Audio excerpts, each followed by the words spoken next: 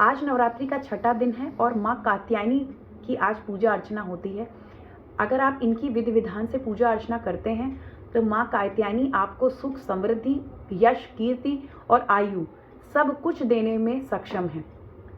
वो बच्चे जो इस समय शादी विवाह के लायक हो चुके हैं और अविवाहित हैं, वो इनकी पूजा अर्चना कर सकते हैं, चाहे वो जातक हो चाहे जातिका हो।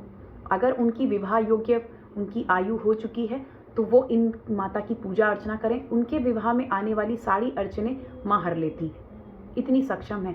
और जो नवविवाहित या जो गृहस्थ जीवन में आ चुके हैं और उनके गृहस्थ जीवन में थोड़ी कठिनाइयाँ हैं, कोर्ट कचहरी वाले केसेस हो चुके हैं या शादी चलाने में मुश्किलात आ रहे हैं, तो इन माता की पूजा अर्चना करें तो हर हाल में उनको लाभ प्राप्त होगा और उनके जीवन में आने वाली कठिनाइयाँ माता हर लेंगी और उनका जीवन सुगम हो जाएगा। माता को लाल रंग के पुष्प अति प्रिय हैं। आप इनके गुड़हल का फूल लगा सकते हैं, आप गुलाब का फूल इनके आगे रख सकते हैं, इनको सजा सकते हैं, उसकी माला अर्पण कर सकते हैं और माँ कात्यायनी की कृपा वर्षों वर्ष पर प्राप्त कर सकते हैं।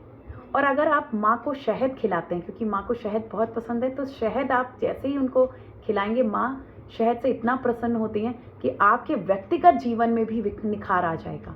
आप देखेंगे आपके खुद के व्यक्तित्व में बहुत निखार आ चुका है, क्योंकि माँ इतना शहद पसंद करती हैं और शहद खाने से इतनी बड़ी चीज़ आपको दे सकती हैं।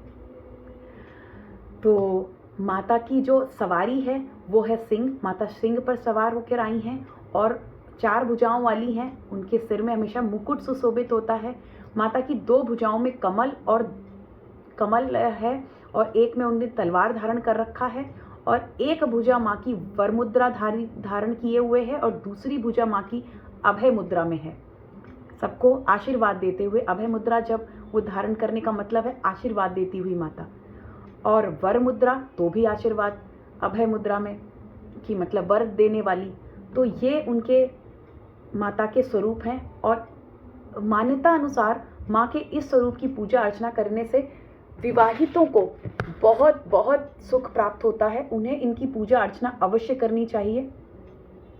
कात्यायनी माँ के लिए कहते हैं, जब महिषासुर का आतंक धरती पर बढ़ा तो माँ कात्यायनी ने अपना प्रादुर्भाव उनका हुआ और माँ कात्यायनी ने वर्षों वर्ष उससे युद्ध करके उसे हराया और देवताओं को विजय दिलाई।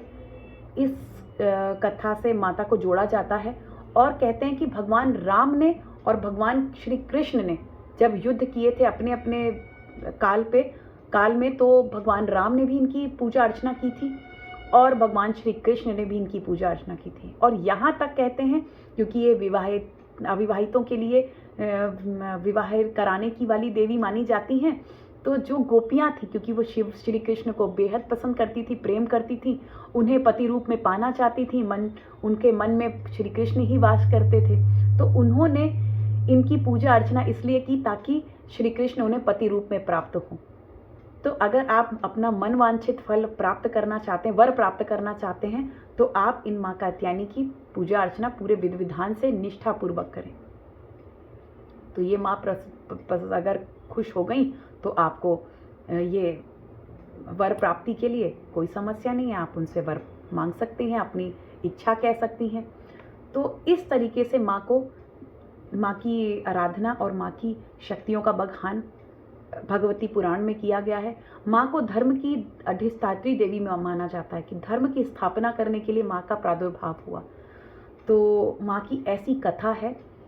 आज हमने माँ कात्यायनी के स्वरूप और उनके गुण के बारे में जाना। कल 7वीं देवी माँ कालरात्रि देवी का दिन होगा।